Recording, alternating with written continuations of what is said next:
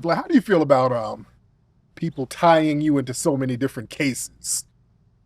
This has been happening since day one. Mm-hmm. Since day one of my first ever interviews, I think Plies called me the police, asked if I was the police. So this whole stigma has been going on forever.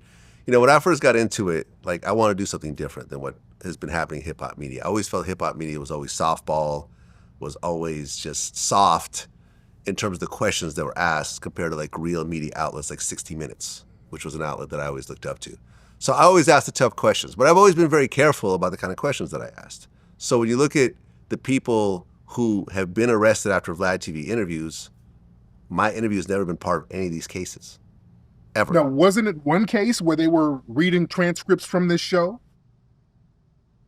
Which case? I could have swore it was somebody's case. See what I'm saying? Okay. Isn't that one thing? But no one could actually say what it is. The only time that I've ever heard of my interview being used in someone's case, this is a case that hasn't gone to trial yet, was Keefe D. Okay.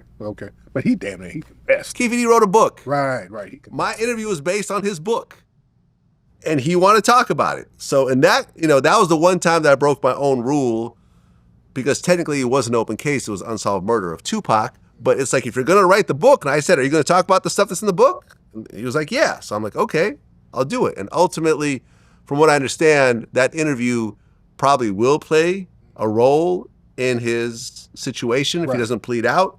But listen, if you write a book about your crime, then I'll go ahead and do an interview with you about the crime. And the book is on Amazon and everything else like that. Right. Now, you mentioned your style of being in your face with the way you interview. Yeah.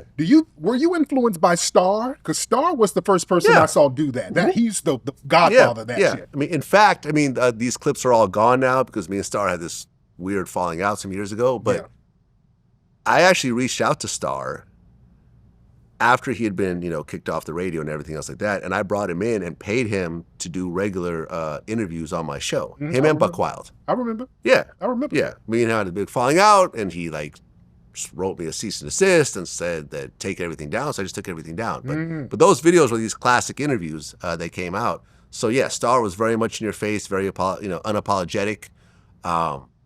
Didn't care whose feathers he ruffled and so forth. So yeah, absolutely. Star was definitely one of them. So once I had my platform, he was one of the early people that I reached out to. Absolutely, 100%. And me and Star are supposed to do something, unfortunately, he's dealing with some family health issues right now, which is preventing him from doing it. But me and him have been talking about doing an interview now for a while. Okay.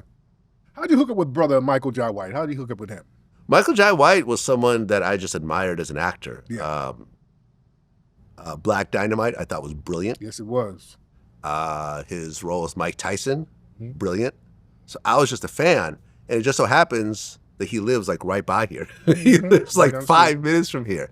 And we did an interview and we just hit it off, just as friends. And we started hanging out. He started inviting me to his fight parties at his house. I got to meet his wife. I got to meet his kids. He's been to my home. He's met my family. And it just became just like an actual friendship over the years. And it's just, honestly, like Michael's just one of the best people that I've ever met. Solid, brother. Just one of the best people. He's been on the phone with me for hours when I was going through some personal issues. Always stood by my side no matter what I was going through. Generally just a good person. And you just don't meet a lot of just good people in this industry. You don't. Everyone's always trying to get something out of whatever, and they're trying to position themselves. Michael's never been like that, man. Right. Just a great person, a great family, and just someone I've always admired. Yes, indeed.